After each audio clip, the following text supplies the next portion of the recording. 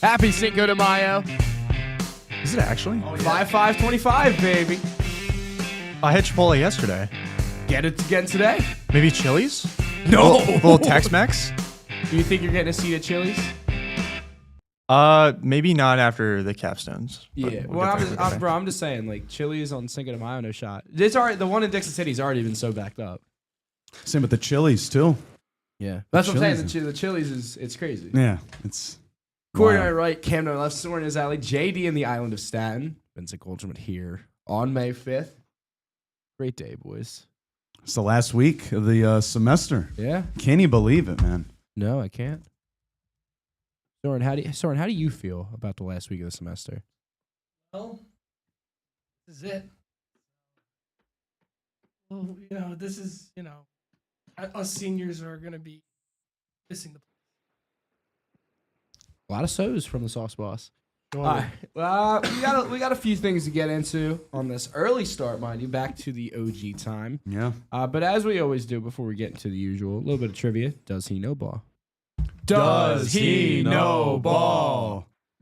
All right.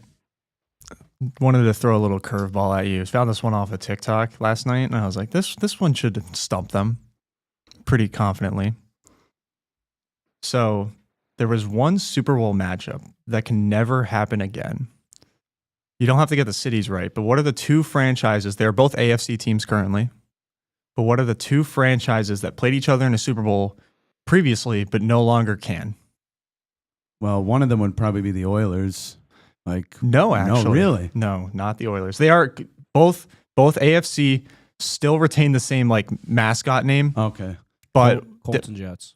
it is the Colts and Jets Super Bowl III. Wow. Bang. Super Bowl Yeah. MVP of that game? Joe Namath. It was Joe Namath. The score of- John Downey's New York Football Jets. yeah, the Baltimore Colts versus the New York yeah. Jets Baltimore. will never happen again. Downey, how do you feel about that? It was great. I mean, then again, the Jets haven't gotten back, so it's a good memory that I never even knew about. Yeah, John was not a thought. was My dad Pop wasn't- Downey was yeah. born yet? Was Pop Downey even a thought yet? No, nope. Yeah, just goes to show the Jets, man. A little bit of football, not too much football today. But reports came out last week, according to Josh Jacobs, I forget what podcast he hopped on, that Mr. Henry Ruggs is, doing some high knees in prison, running some laps, catching Skull some crushers or Yeah, something. he's getting ready. Apparently, I believe this in the next year or so, he could be up to be able to be released from prison. And apparently, he wants to make a comeback. Is it publicity or is it a legit thing? I don't know. I don't know. I think don't it's know. publicity. Because he was supposed to get 3 to 10 years, and he said he's getting out on good behavior. So I don't know. I don't know if he's volunteering his time there. I don't know what's warranting him to come Who out. knows? But Maybe he'll be the Walter Payton Man of the Year. But I mean, he was a phenomenal player when he was in college. When he went to the NFL, had a couple successful seasons before vroom vroom. But you put this note in here, and I think it's a good point. yeah, Of the people, not limited to criminals, but of the people who are no longer in the NFL, who would you like to see make a comeback? Who, let's say they've been out of the league for 2 or more years. That'll be the benchmark. Yeah. Who would you like to see don a uniform? me personally, I would have loved to see Andrew Luck come back. Yeah. If he was in the right mental state, Yeah. I would have loved, because he, like RG3, it was just unfair, the injuries. I mean, I have it pulled up. I mean, he had I think a lacerated kidney, concussion, I don't think we have enough time. ankle. To go I over know, all the injuries, man. I can't even imagine how much pain he was in and the rehab he had to go through. So, but yeah, he's the top guy, because he did so much good for the Colts, and he made the Colts fun to watch, and Yeah. now they have AR-15. Cam's favorite quarterback. Well, no, seriously though, I will say, in an era where it was supposed to be dark days, Peyton Manning leaves. He really revitalized the Colts for the Yeah. time he was there, and I mean, it sucks that I feel like every year he was getting injured with something different nonetheless. It wasn't like, oh, a lingering hamstring or something. Like, it was like a different injury every year. I'll kind of go up the same avenue where like injuries ended his career. Yeah. early. Dude, I would love to see Luke Kuechly still playing. Yeah, yeah. Luke Kuechly was the man, dude. He was so good. It's just, I mean, injuries just ruin a lot of guys' careers, unfortunately. Cam, who do you have? Who would you love to see pop back into the NFL? So my original pick was going to be kind of a joke, and then you said 2 years ago. I was originally thinking the Oakland Raiders legend Brock Lesnar making a comeback into the NFL after his 2 years. It's minimum 2 years. If you want Brock Lesnar back in the NFL, look, there's some WWE guys who are failed football players who I'd love to see try it out again. But if we're being like completely serious, I think Rob Gronkowski could actually make a comeback. Not like could actually. I mean, he's 35, but he's still Gronk. But he is Gronk. Yeah. You could definitely maybe. I feel like he would really like the new kickoff role. Yeah. Oh, like just bring him back just for special teams. I feel like he'd be an absolute unit. JD, with the benchmark being about 2 years minimum, who would you like to see come back? And maybe if it's only for a year, but make a comeback just for at least one season. Yeah, well, the one I did have just retired last week, so that doesn't count. But let's go with Johnny Manziel. Sober Johnny Manziel, see what he can do. Because I've heard stories recently that he's sober. I mean, I don't know if we could believe that or not, but we'll have to see him play at a normal, as a normal person, I should say. Put it that way. Look, when we watched, when I came up to the island a couple summers ago, and we watched Untold, he seemed like he was doing better. Yeah. Could have been for the cameras, but he seemed like, he was getting his stuff together. Yeah. And I mean, you look at how he was probably one of the best college players, if not best, most transcendent, for sure. Now, granted, he did say the harder he partied, the better he played. So maybe playing sober won't help him. But if he's been off, the alcohol for a while, he might just be used to it. Yeah, I would love to see him come back. I don't think any of the guys we mentioned, none of them are coming Listen, back. I want to see Antonio Brown back, current Antonio Brown. ESPN. I want to see how he would function. I want to see Darren Waller back in the NFL. Yeah. End your rap career and get back in Le'Veon Bell. Yeah. I want the muscle hamster back. Doug Martin. I love Doug Martin, man. Anyone else who comes to mind who you'd like to see come back? I don't know. Like I said, RG3. He's another one. I think RG3. If we're just talking like players who retired early that probably could have, I wish kept playing. I mean, biased, but Calvin Johnson retired really early, but I would want to get out too under circumstances. I think entertainment value alone, get McAfee back out there. Yes. Just have him do the podcast from the sideline. Like, Pat, it's fourth down. You got to go punt. He would be the guy to have fully mic'd up the entire time, like on the field too. Yeah. Punters could play till they're 50, right? Yeah. I mean, dude, he's now in a storyline in WWE where he's wrestling at the next PLE. And dude, he's a damn good wrestler. He's wrestled a few times in WWE. He's one of their commentators now. Dude, he kills in the ring. He's actually like surprisingly good. And one of his moves is a straight punt. He's like punts a guy straight in the chest. Like, dude, it's money. Yeah, so maybe we'll see Henry Ruggs back in the NFL. Only time will tell. Good behavior. All right. NBA playoffs in full swing. And a lot of different storylines building. We're moving on to the conference semifinals now. The top 4 seeds from the East advanced. I feel like no real surprise. Detroit put up a good battle. Big surprise, the 6 and 7 seeds moving on from the West Conference. But the biggest storyline I think I have is with one of those teams, the 6th seed, the Minnesota Timberwolves, eliminating the Lakers in 5. Wolves in 5. Wolves in 5. Soren was onto something. Soren was cooking. Yeah, Soren was on. The sauce boss. I was gonna say, Chef Sauce is always he's always cooking. But I doubt this is a thing. But it's been the storyline since they lost. Was this the last time we see LeBron? No. Confidently, no. He's still in. Knock on wood, as John Gruden would say, knock on wood if you're with me. LeBron is in really good health right now. Like he's taking care of his body. He's playing out of his mind. He's not going away yet. Yeah, it's just the Lakers. They had a 5-man rotation. JJ Redick probably should have put shoes on and went out there. Like they just had no. Yeah. faith in the bench whatsoever. Do you guys think next year is the year where he finally stops like averaging over 36 minutes a game? Like he's Probably probably still not. going to be a starter, but do you think he still plays the amount of minutes he has been throughout his entire career? Depends on the team. Well, here's what's He's not leaving the interesting. Lakers though. He has a player option. He could Back to Cleveland. back to the land. Depends on how the series goes. They, Well, lost, there, yeah. they lost game 1 to Indy. There's been rumors that he wants to retire like somewhere else. I believe he doesn't want to finish his Well, career you got as to a think Laker. whatever team signs him is also signing little baby Bronny James.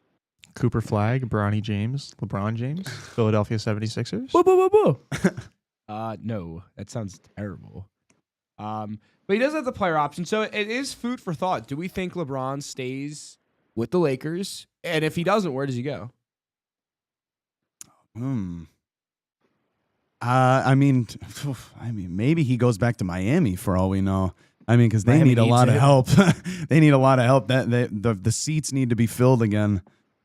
Bam Adebayo is the Chris Bosh Sure. of this NBA. Is Tyler Hero? Tyler's He's Ray D-Wade. Allen. Is he Or- D-Wade? Yeah, I guess Ray so. Allen. I could see it's been the joke for a long time. Golden State. Oh, with Curry, yeah. Curry. I don't think it's going to happen. I don't think the team would mesh. But That would have to be like a trade. I feel like Draymond would have to go to the Lakers, but like you said, he has his player option, so it's not like they would need a trade anyway. yeah, Him, Draymond, Steph Curry. Curry. And if Jimmy, I don't know if Jimmy's still under contract there, but Jimmy on the roster too. That would be disgusting. That's like 2K16 dream. That's like the LA Dodgers, pretty much. yeah. In the NBA. Yeah. I think he stays with LA for his at least the last year of his contract, and then from there, who knows? Mm-hmm. It'd have to be one of the teams that he played for. Maybe, just maybe he like tries to pull like a Michael Jordan, goes to the Bulls, but like that doesn't sound right. No. Yeah. Maybe Jordan tries to convince him to play for Charlotte. That's never gonna happen. He sold his share, dude. He's done with the Hornets. But you know they're facing a team who balled out. But Ant has been the collector of he's collecting all of our legends from our era. He eliminated KD last year. He eliminated LeBron in the first round, and now he's facing Curry.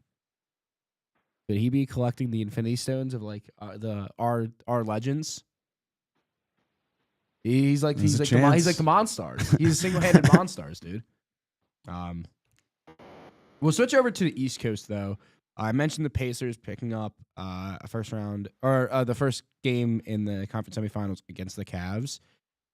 They eliminated the Bucks in the first round. Bucks didn't look good. Now Dame was hurt. Now Dame is most likely going to miss most of, if not all of next year. Is it time for them to hit the self-destruct button? I don't know.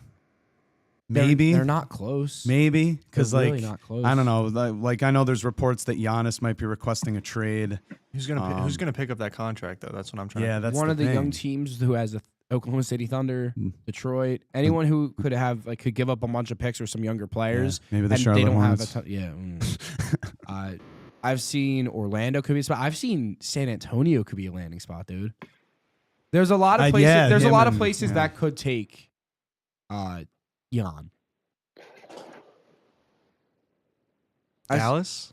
Dallas Uh, could theoretically. I just don't think the floor. I'm just thinking like it's got to be like one of those younger teams with like a decent sized market that's going to be able to pick up that contract. That's where like Dallas, San Antonio, definitely probably Yeah. put that on the list. OKC purely because they have the cap space I was going to say. and yeah. the picks to give it up, and like the young role players who they could be okay parting with. I think he'd be a really good fit. Yeah, in but San do you Antonio. don't think it would be like they would have to give up something massive? Is it a trade or is he out of the it'd be contract? a trade. Yeah, but do you think that because like I feel like if the Bucks are going to trade him to San Antonio, they're probably going to want maybe Wembanyama. No. Yet Wembanyama is one of 3 untouchables in the NBA. I don't know. It just seems like you're going to have to give up a lot to try. Which and win. is fine. Well, they have draft picks they could give up. They have some young role players they could be okay to part with. I think Oklahoma City could, out of anyone in the NBA, has the most to give up Yeah. because they have some role guys who would get legitimate minutes there. They have 1,000 draft picks over the next 2 years. Like they theoretically could. Someone said the Knicks, and I thought that was the stupidest thing possible. Sorry, John. No, well, it's not. It's not even like a diss at the Knicks. It doesn't make sense. Why would you? You just traded for Cat. Well, the deal was like, oh, you Yeah. give up Cat. You just You brought just in got Cat. him. Like you would basically give up. I think it was Cat, either OG Anunoby or Michael Bridges. Again, guys you've traded for in the last year or so. And then a bunch of draft picks. Like, no. We've seen crazier stuff in the NBA, especially with the Luka trade. I mean, Yeah. No. No one's safe. Luka should have been untouchable. I mentioned there was like one of 3 untouchables. It's Wemby, Jokic, and Shea. Yeah. Everyone else, theoretically, you would need to give up. Luka would have been the 4th, but he proved that was wrong. But like theoretically, anyone else could get traded. I just think Oklahoma City loves Shea too much, and they're never going to let him go. Jokic is the best player on earth, and Wemby is an alien. Like, Luka may not even stay with the Lakers because I know LeBron was like, I'm not gonna like make that decision or whatever, like influence him. yeah. So yeah, we'll still have to see. he's gonna most likely stay just because he is the star of their team. Yeah. He like there's no argument. Even with LeBron there, he is the one. Mm-hmm. I was saying it to Biggs earlier. A team I could see. The thing is, it's weird because they're in the same division. I could see the Pistons trying to go. Pistons need like one more piece. I think they're gonna try and retain some of the role players: Beasley, Schroeder, Hardaway. Like they're gonna try and bring those guys back. Cade proved that he's a superstar. Durant looked really good. Like you bring him back, or you bring in Jan. I just think you get what you need, man. Like you get that 1A, 1B with Cade, and you guys are set. It's tough to see in division though. But that leads to the next point. Who do we think is closer to being a legitimate contender in their respective conferences? 2 teams who I think surprised everyone. One being the Detroit Pistons, who lost to the Knicks in a great series, back and forth the entire time. Or the Houston Rockets, who finished as the 2nd seed in the West and went toe-to-toe with the Warriors team, who Warriors ended up outlasting them, experience being a big thing. In a very chippy series too. But who do we think is closer to being a legitimate contender for a title? That's tough.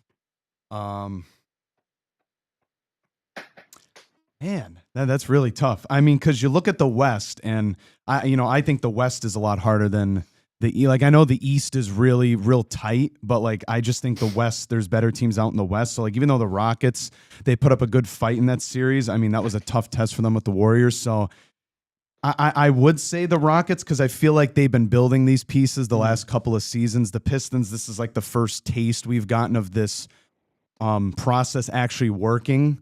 So I would have to give it to the Rockets. JD, what do you think? Who do you think is closer to being legit, Detroit or Houston? I'm gonna go with. I love how Corey's saying with the West is very tough, but also over the past recent years, we've seen a different team from the West just like go far into the playoffs. If the Rockets go out there and get one more piece, I think they're in a much better place. Like I like Detroit, but honestly, like I don't know, I feel like they have a good team, but some of those guys, those role players, played a lot better than their stats would say over their careers. I think the Rockets have more just like talent on the roster in general. I definitely can see that for sure. I think if you just go down the roster, Sengun absolutely balled out. And this is something we kind of expected for a long time, but this was his best year by far. And then you look at the supplemental scores. Van Vliet was very good. Amen Thompson stepped up. He's going to improve again next year, too. Green was good. Brooks is but still is what it is. This was a very good. This is not to take away from this Rockets team by any means. I really like Detroit, and I think if they play their offseason right, they could be a top 4 team in the East. And that's more so showcasing the flaws in how the NBA playoffs is structured. I think if Detroit plays their cards right, they could be in the Eastern Conference Finals as soon as next year. I think Houston, they're going to have to battle through with anybody. You mentioned that there's always a different team up top, and especially in the last few years, like OKC has really climbed up, Denver, Houston this year. But like There's probably going to be a surprise team next year. Minnesota will end up being a 2 seed. They were like the 2 or 3 last year. So because it's such a tight conference, it's so tough. I think purely because of how weak the East is, Detroit will be closer. But I think there's an argument for both. I think both of them showed what they're capable of this year.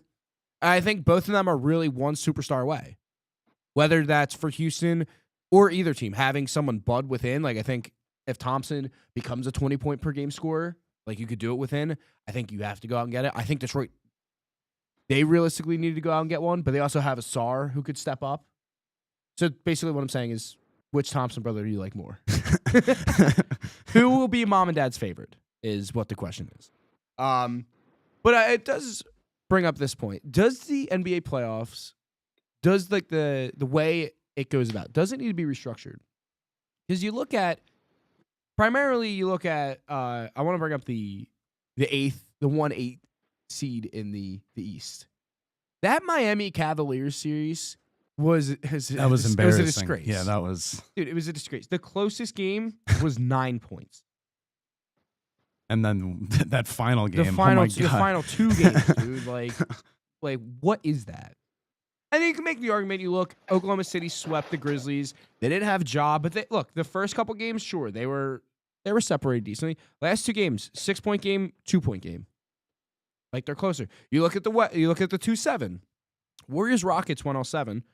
Celtics Magic, 5 games. 2 of them were close. 3 of them were close. Like a lot. Like it really wasn't good series. Even like you look at the 4-5, dude. Now again, Bucks were hurt, but Indianapolis dominated the series. Like it's just you look at the West, the Nuggets and the Denver and Clippers series was phenomenal. The Warriors series was phenomenal. Even though the Lakers were gassed out, still a pretty good series. I really don't think the competition was equivalent from one conference to another. Should the NBA switch to just the top 16 teams instead? Should there be, if you win your division and then from there it's whatever? Like how would you restructure the playoffs if you had to? I don't know. I still like the NHL does like just 1 through 8 in each conference. I mean, they call it the 2 wild card spots now. It's literally the same thing pretty much.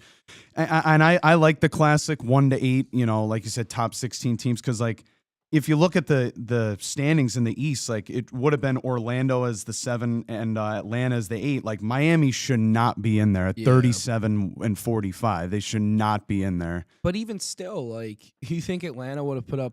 They would have put up a. They would have put up a better fight, but but that's still how like the season and the standings ended up looking like. So it's like they deserve to be there. Do you think it should be like a March Madness? You find out selection Sunday, top 16 make it, and you do selection Sunday, or every team makes it, and if you're like the Wizards play, you know, the Celtics, the Wizards play the Thunder in the first round. Yeah. Like, I don't know.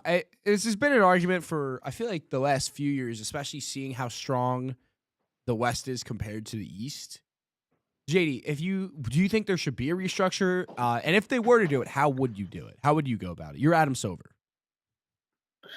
I'm going to be honest. I actually really like the playoff system now just because I feel if you're trying to do it another way, you're going to not punish the top seeds, but kind of put them it's not as deserving if you go out there and win 60-something games, I feel, if you're not going to use the playoff seeding they have now. But if you were to reset it, I do think that honestly, don't even have a specific like Eastern and Western Conference playoffs at that point. Then just have it one wide open thing, and then the best teams will find each other anyway at some point. Yeah, at the play-in, I don't like the play-in. I'll tell you that. That's the one thing I can agree. I don't like the play-in. Yeah, I think it favors the West more than the East because you see some of the teams who missed the playoffs or like who should be bad at like Memphis definitely deserve, even like Dallas with how much went wrong with their team. We're still a great team. And like AD was had a couple good games towards the end of the season. Sacramento, like their regular season record doesn't reflect how good the team actually is. It's purely because look at the teams who they're playing more. They're playing the teams in their divisions altogether. I think they should eliminate divisions altogether in the NBA. It doesn't mean anything. In the MLB, if you win your division, you you clinch a playoff spot. In the NFL, if you win the division, you clinch a playoff spot, like a top 4 spot. The NBA divisions don't mean anything. It'd be different if you went, all right, Cleveland got the 1 seed, Boston got the 2 seed, and then Orlando got the 3 seed, and you did it by divisions.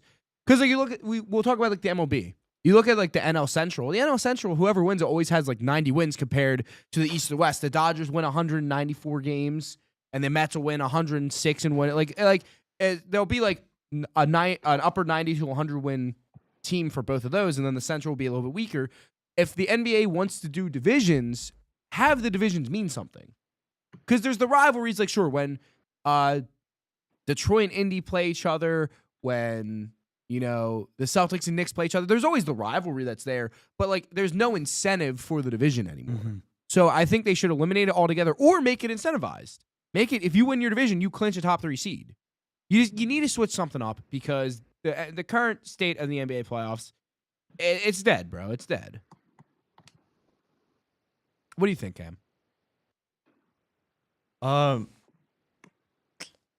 See, like I don't know enough about basketball to truly understand like what it means to have like those top 10 teams make it. For me, from like an outside perspective, and I don't know if you guys agree with this already, I think that they should just look to shortening the entire season in itself. I don't know if it becomes an issue with all these like 10 seeds where like it's too much fatigue after playing 82 games in a season plus the play-in tournament now. Like maybe drop it down to what the NHL does and do like what 64, 66 games a year or something like that. They still do 82. They do 82? COVID. Yeah. The year after yeah, COVID that is. Yeah. But I just feel like it's getting to the point where like you're playing 82 games in a season, both like 41 home, 41 away. Then you also have the in-season tournament on top of that. What are they doing? That's what 3 like you play 3 legs against like one team.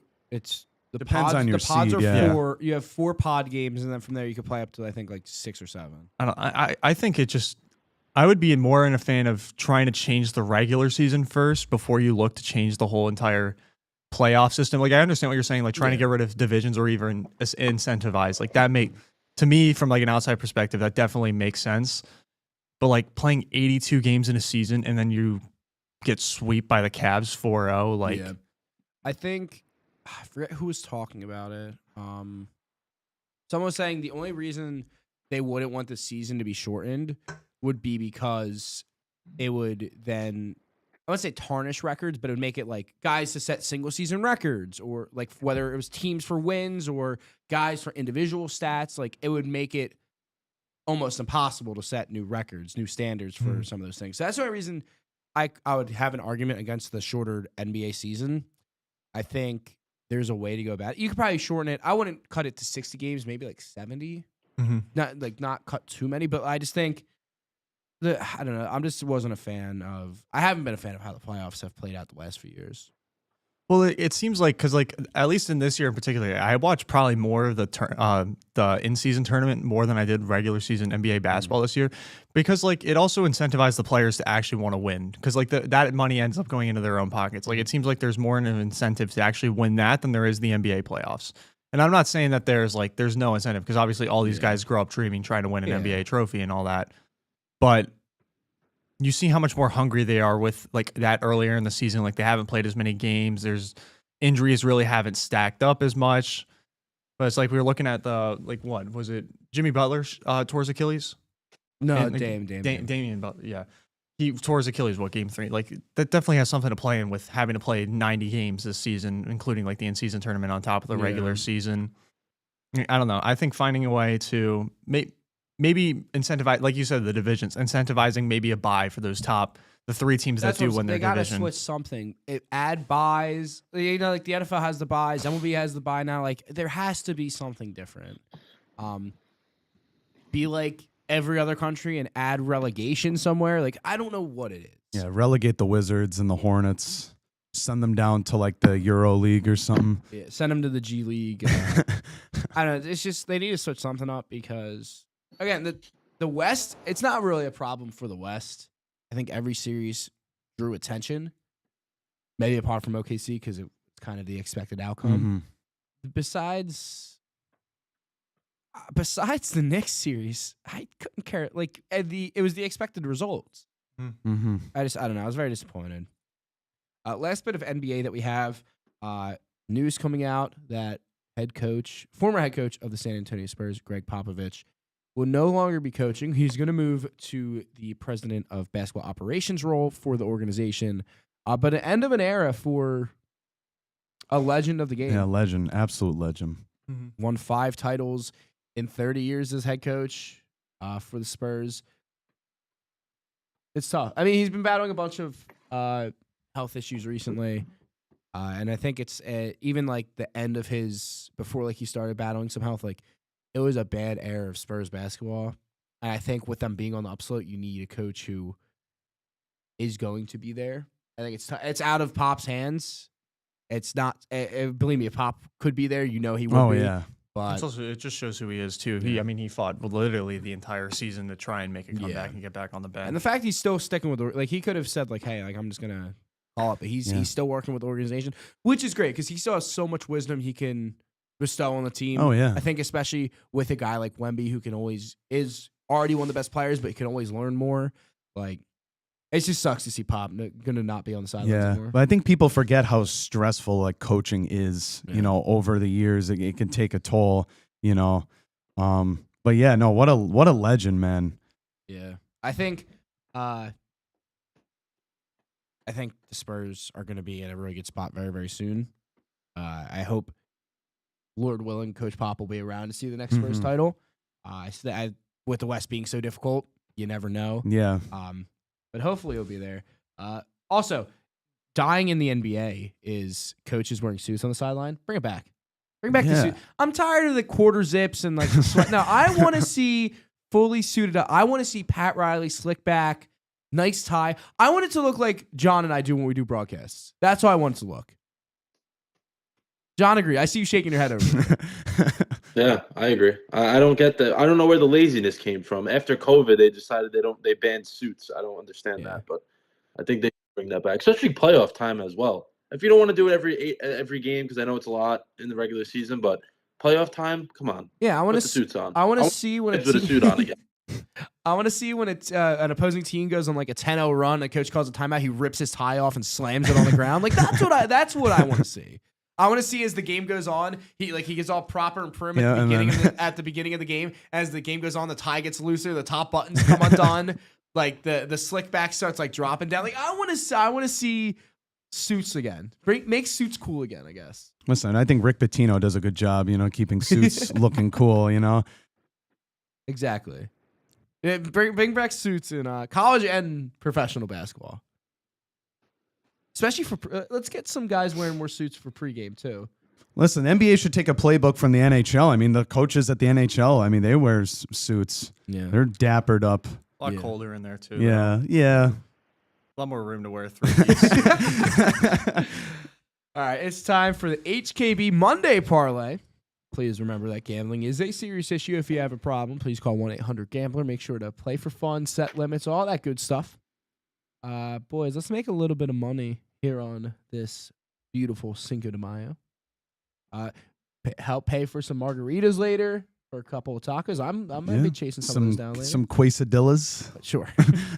I'll get us started. In game 1 of the Thunder and Denver Nuggets series, I'm going to take Nikola Jokic for a triple-double in the first round series that they played in. He went 3 of 7 of hitting this mark. Only one game where he didn't have 10-plus rebounds or assists. And in the other 3 games that he didn't get a triple-double or didn't have 10 or more in both of those categories, he missed by 2 or less. I think game 1 he had 9 rebounds, and there was 2 games where he had, 8 assists. And then against OKC, had 2 of 4 games with a triple-double. And then in the other 2 games where he didn't, he combined to miss by 3 assists. He's always hovering around the mark. I think Denver is going to need it coming off of a gritty series. OKC's well-rested. I think Jokic is the best player in the world. And the MVP versus MVP, they're not going to look at the postseason. They usually don't. But I think he's going to be like, hey, this is why I should be MVP. Screw voter fatigue. So Nikola Jokic, triple-double. Cam, what do you got? I'm going to be taking Jason Tatum's PRA. I believe it was set at 42.5. Mm-hmm. 42.5 for this game. This Celtics team's just unstoppable right now. Very disappointing, as always, to see something like that. I mean, he's been averaging just about, I think just under. I think he's been averaging 42 throughout the entire season for his PRA. So seems pretty fair. We'll see. I mean, it's Celtics basketball and playoffs. Like, all right, Corey, what do you got? I got Florida Panthers money line. The Panthers are in the second round defending their title. I'm shocked that the Leafs have made it to the second round after how that series went. My God, I thought they were going to choke that away. Sorry, Soren. I don't trust the Leafs to get out of the second round. They just don't have enough luck on their side. I think the Panthers, and this is going to be a great series, but I think the Panthers are going to take game one at home. They just have too many weapons. And I just think the train's going to keep moving forward in Florida. Chugga, chugga, choo, choo. As we hop on the train. Soren, what do you got? Oh boy. Hey, I mean, listen. Uh-oh. At least the Leafs made they made it to the next round. Like I said, it's going to be a close series, but it'll kind of just have to see what happens. But for tonight's game in particular, I'm going to take Sam Reinhart anytime goal. Like I said, their offense has been pretty solid this year, but like I said, I think Toronto's is pretty equal to what Florida is this year. So, like I said, it's going to be one of these series where it's just going to be like a back and forth type of ordeal. Like, I wouldn't mind seeing this series go to a game 7. So, that's what I I think. think it will. very cool. All right. So, to recap the HKB Monday parlay, we got a little same game. This might be the first time we have a little same game Same plus. game. I think we've done it before. Have we done same games before? I think so. One time. Well, we got a little same game plus for today. We got the Florida Panthers to pick up the dub, Sam Reinhart to score a goal at any point throughout this game, except overtime, or except shootouts. Oh, wait, there's no shootouts in the playoffs. No. Yes, thank God. I realized Yeah. at one point I put a bet in for a goal scorer, and then he scored in overtime, and it didn't count. Or not overtime, it scored in Shootout. and it didn't count. I was upset about yeah. it. All right, but anyway, sidebar. Florida Panthers pick up the dub, Sam Reinhart to score a goal anytime throughout the night. Jason Tatum to hit his over on PRA, and Nikola Jokic for a triple-double. Odds should be about 1,200, so gonna make a little bit of money. $10 will win you about $120. Nice little bet, especially after Derby weekend too. Cam's riding high after the Derby. The Derby. I am. Shout out to Sovereignty and Beza, and then who's the 18? Or not the 18, the 8? Soren? I feel like you might know this. Well, I know the jockey for the 18. I believe it's Junior Alvarado. Yes. So, like I said, he was actually very deserving to get the Kentucky Derby. Yeah, he knows how to ride horses. First ever one, right? Yes, Awesome. that is true. He Save did. a He horse, did win ride a me. cowboy. He did win me some money. My dad did scare me a little bit. He was like, because I texted him originally. I was like, "Yo, my trifecta just hit." I should have added the fact that it was a box trifecta. He goes, "Holy crap! Like you just won $2,000." I was like, "What?" I was like, "I put $3 on this." I was like, "What?" But remember, gamblers is a problem. Please gamble responsibly. If you have a problem, please call 1-800-GAMBLER today. All right, real quick before we wrap this up, big shouts to the best golfer on the face of the planet of the earth, John Miss- Daly. John Daly's up there. Pat loves he is the epitome of non-professional golf. I don't know, dude. That one quote like lives rent free in my head. Where's the first tee pad and what's the course record? Classic. But big shouts to Mr. Scotty Scheffler tying the 72-hole scoring record as he won the CJ Cup. Missed it last year. I found this out this morning when I was reading through. Missed the CJ Cup last year for the birth of his child.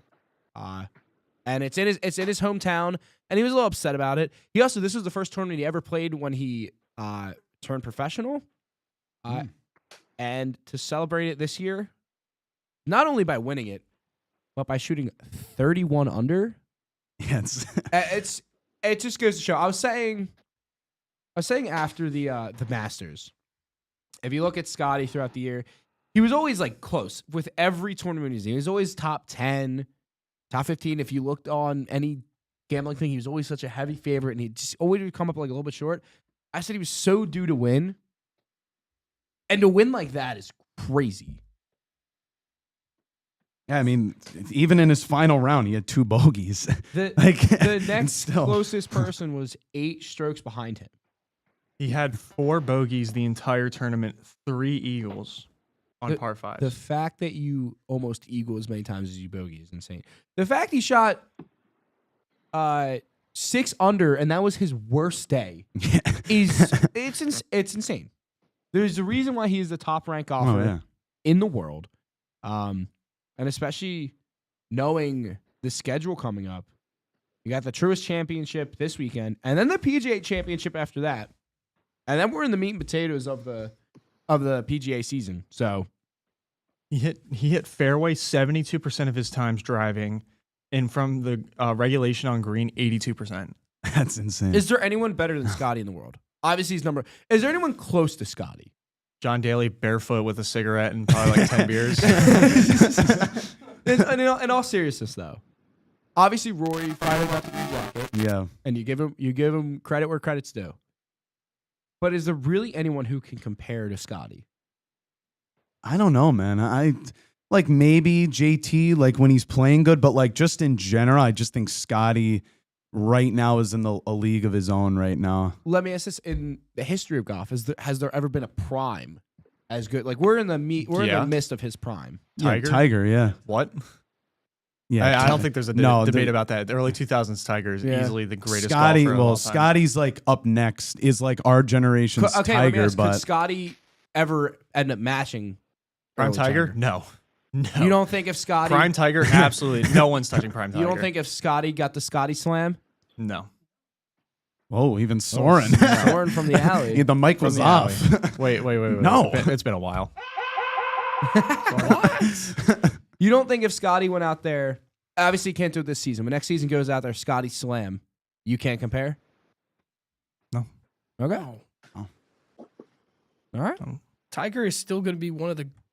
This is not discrediting He's going to Tiger be one of ever. those golfers that are going to probably be in the Hall of Fame soon. Oh, I'm not saying Tiger isn't a Hall of Famer. Tiger is probably the greatest golfer we've ever seen. Yeah. There's no argument. I think if you give like Prime Tiger the clubs that they have like today, he'd still be even more untouchable. Oh, yeah. Like if he was in his prime, like early 2000s with today's clubs, like Scotty would not even come close.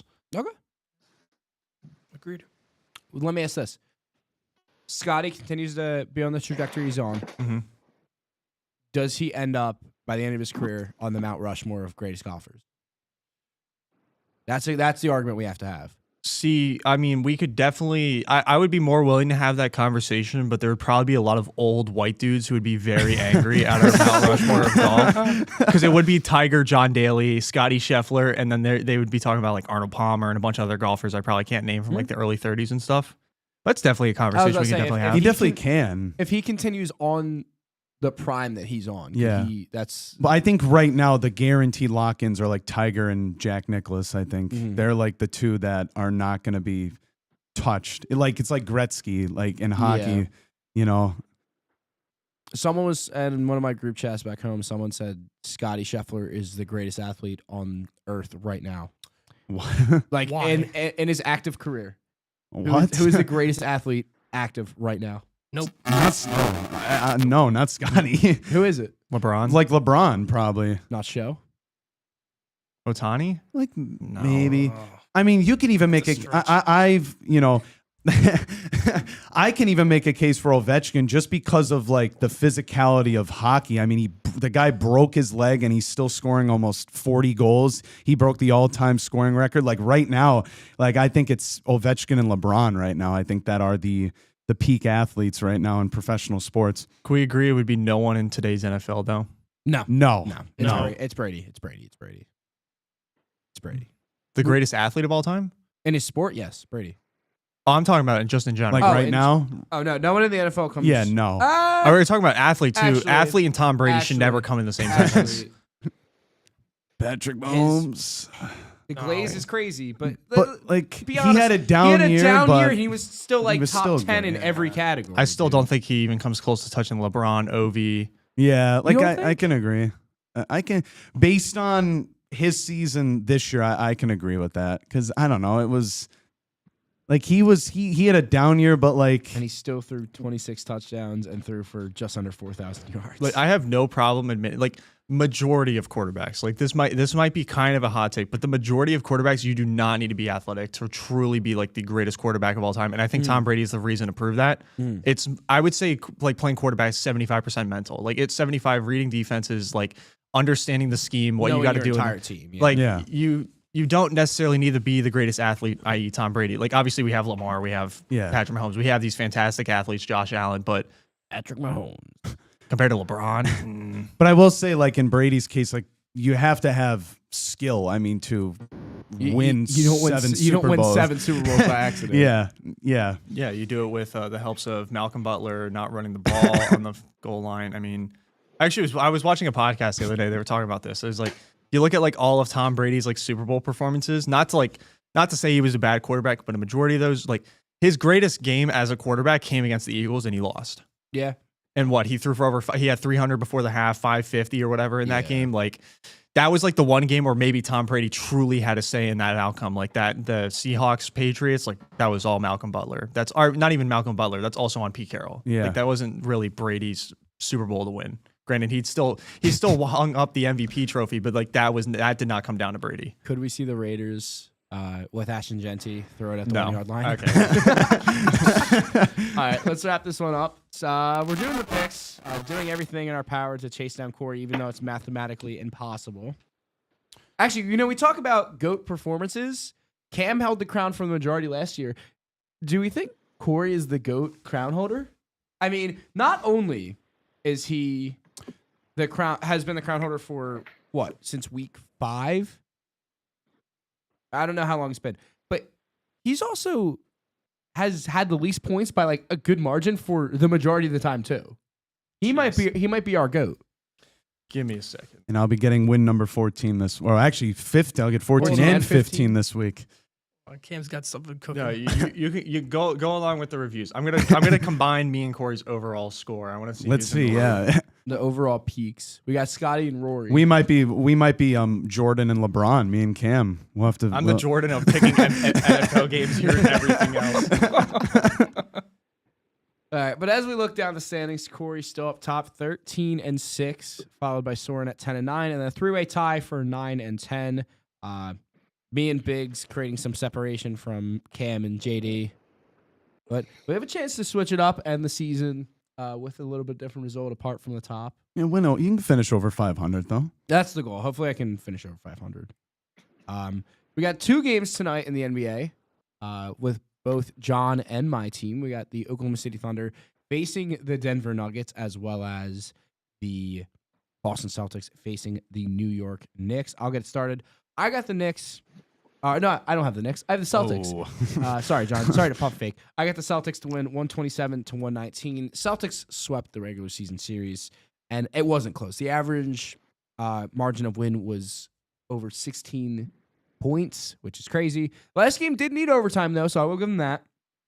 I just think Boston's going to be a lot fresher. Their series ended sooner, and New York, we mentioned earlier when they played Detroit, it was a very gritty series. Every game felt like it was down to the final shot, final minute. And then Boston they dominated Orlando. So I'm going to rock with the Celtics 127-119. Corey, what do you got? I got the Celtics 117-106. Kind of what you said. I mean, the Celtics bodied the Knicks in the regular season. Listen, I like the Knicks. They've been playing well this season, but I just think, like you said, the Celtics are going to be well rested, and the defending champs, they are just like defending right now. That I'm going to use the analogy, the train again. The train is just moving in the right direction for Boston. Give me the Celtics in this one. All right, JD, what do you got? Yeah, I got the Knicks 108-103. I know how you guys are saying that they regular season games weren't close. The Knicks didn't really have a healthy team up until the last game against the Celtics, where they lost in overtime, like I said, and that game was very much winnable. And in regulation, they just blew the lead at the end of the game. And also, too, the Knicks did not play well against Detroit, and they beat them in the playoffs. And with the Celtics having a week off, I think that kind of can mess some teams up in the sense of like you're in a playoff rhythm, because playoff basketball is, of course, way different than the regular season. You have to really get up for that every night, and you can't afford to start out slow. So I think the Knicks can take advantage of that just because they ended the series more recently and they kind of have that the playoff high still, I should say. All right. Cam? I'm going to take the Celtics 109 to 101. I mean, Celtics basketball, we're looking at the newest dynasty. That's it. All right. Soren? I will be taking the Celtic, or no. Hold Another on. pump fake. I'm going to be taking the Knicks in this one, 105 to 100. I think that Jalen Brunson's going to have a 30-point game. Bang. That's all I will say. Bang. Bigsy? I'm taking the Celtics 120 to 111. Kristaps Porzingis quadruple, if that's a thing. Quintuple quadruple. So 5 stats of 4 digits or more. Yeah. Okay. All right. So we got 4 and 2 in favor of the Boston Celtics. We'll switch over to the Western Conference. OKC against the Denver Nuggets. I'm going to rock with the Thunder 118 to 111. They did split the season series. OKC is coming off of a 9-day break. And John said sometimes it could mess up teams. I think OKC, with some of the guys having a little bit of like lingering injuries, and also it's OKC. They dominate. They're disgusting. Denver in the tight series against the Clippers. I just think they're going to be a little bit more worn down. Oklahoma City also hasn't lost since it's been a month since their last loss. Now they've only played 8 games in that time, but they're 8-0. I just think OKC gets the first win. Loud City is going to be loud and proud. OKC 118 to 111. Corey, what you got? I got the Thunder 120, 112. I've said it before on the show. I think the Thunder are the best team in the NBA. OKC literally removed Memphis off of the U.S. map after that series. I mean, it was, as Cameron would say, straight BTA. It was just wow. Couldn't even watch that series. But the Thunder, they look scary, dangerous. But I will say this is going to be a tough test for them. You know, they split the season series. I don't think it's going to be a cakewalk series. I think it can go to 7. But I think the Thunder are going to get that first win at home. I can definitely see. I think Denver is going to play in multiple 7-game series. Yeah. JD, what do you got? I'm going to go with the Nuggets just solely because I'm trying to make a move in the standings. So I honestly don't believe that the Nuggets will win tonight. But, yeah, they will, actually. 112 to 109. No analysis besides of standings hopefully move up in the Season standings. push.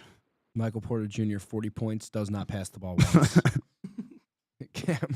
I'm going to be taking the Nuggets 109 to 101. If there's 2 things in this world that Jokic loves to do, it's show up to work, his office job, and horses. Horses just happened this weekend. He's showing up to his office job on Monday like the rest of us. Seems like a coincidence. Plus, I'm not going to fade the parlay. Like, I don't know the way you guys are thinking. Like, if we want him to get a triple-double, they're going to get the W. So That's no. He'll get a triple-double. They could lose by 50 and he'll get a triple-double. he's going to gallop on the courts.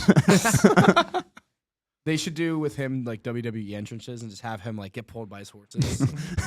All right, Soren, what do you have? I have the Oklahoma City Thunder winning this game 110 to 90. I think that SGA is going to put up maybe a 35-point game along with Chet Holmgren, maybe picking up a couple assists and some points too. Sure. Bigsy, wrap us up, baby. I got the Thunder 115 to 104. I think SGA is going to tear his ACL in the first quarter. Josh Giddey gets traded back to the Thunder for a bag of chips, drops 70. Sick. Wow. That's a crazy. Wow.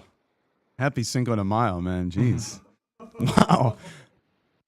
I don't even know what to say. Well, in other news, I did the math on the overall standings. You got me beat by 1. Wow. So we really are like LeBron and You are and sitting Jordan. at 27 and 12. I'm sitting at 26 and 13 all time. However, I did All-time. finish last season 17 to 3. So take it as you will. I also think did not- there's a debate. There's So, a he's, debate. so Corey's a paper champion. Yeah, I also did not include. I don't think we ever included the Bengals Cowboys game that we finished up, or the Bart Simpson Bowl that I had it listed as in the actual thing. I don't know if we did. But I'm pretty Bart sure Simpson. everyone did pick the Bengals because what was it at the time? Was it Cooper Rush? Yeah. Yeah. So yeah, we had yeah. So I mean, Nuggets win tonight. Take my crown back all time. Theoretically, yeah. Cooper Rush Bowl. The Bart Simpson. Bart I forgot about the Simpson Bowl. Bart Simpson Bowl. Oh my God. Can we do that for one of the games for the NBA Finals? Can we get that? Didn't they do like the Mickey Mouse Probably. slam dunk contest or something? Yeah, I think they did. Well, too, Oh, yeah, I know. Bleacher Report with HBO. They did a game where it was like 2K. So they put like the player things at the bottom. Anytime they'd release, they'd put like the shot animation Yeah. up top. Yeah, Amazon Prime did that with the Thursday Night Football this year. They did like the overhead like Madden cam, and then it had like lines for all like the routes and stuff. And like if the quarterback called an audible, they'll bring up like a fake play that it could possibly be. I really enjoyed that. It's cool when they do those little things. Mhm. Yeah. Anything else before we wrap it up, boys? No, just yeah, that's it. All right, JD. Before we let you go, anything, babe? No, I got nothing. All right, boys. That's gonna do it for this edition of He Knows Ball. Make sure to follow Instagram, TikTok, YouTube, all that good stuff. Corner right, camera, Sword in his alley. JD in the Island of